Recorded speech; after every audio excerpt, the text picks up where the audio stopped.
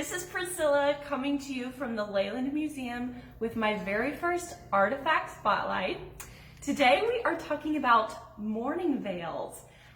Mourning veils were really significant from the years 1815 to 1915, that 100-year span. They were really in fashion, and that's because mortality and death was a really big part of life.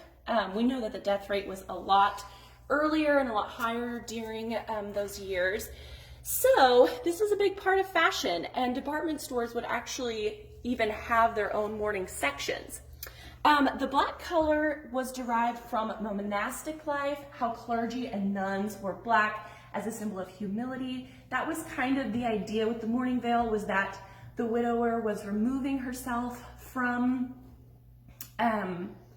like the vanity of changing fashion, and she was covering herself with the black, and also to show that she wasn't ready to engage in different social interactions at the time. There were 3 stages of mourning. The first stage lasted a year and a day, and it was called deep mourning, and that's when women would wear the full length black veils and black dress.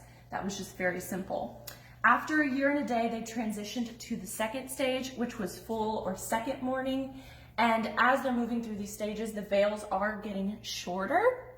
After spending a year in full or second mourning, they would transition to half mourning, which was their last 6 months of the mourning period. And that's when they were allowed to wear colors other than black. They could wear like purple and gray, other subdued shades of clothing.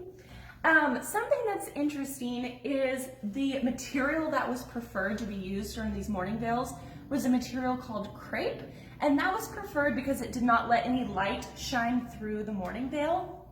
However, it came to be known that crepe had some really detrimental health risks involved. Not only was it difficult to see out of, difficult to breathe out of, it also led to respiratory issues. And there was actually a doctor who published in 1898, he said, "Many a woman has been laid in her coffin by the wearing of crepe." So it was kind of ironic that the woman mourning the loss of a loved one could be pushed to her grave sooner because of these mourning veils.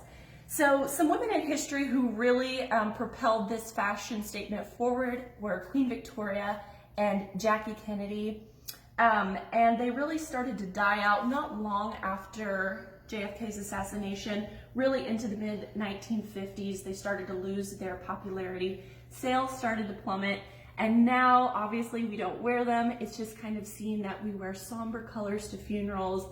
And I think the sentiment is more that you wear something that would reflect your relationship or would honor the person who passed, as opposed to wearing something just strictly based on tradition, especially if it was having really bad health impacts on the people wearing them. So thank you for joining me for our Artifact Spotlight, and I'll see you next time.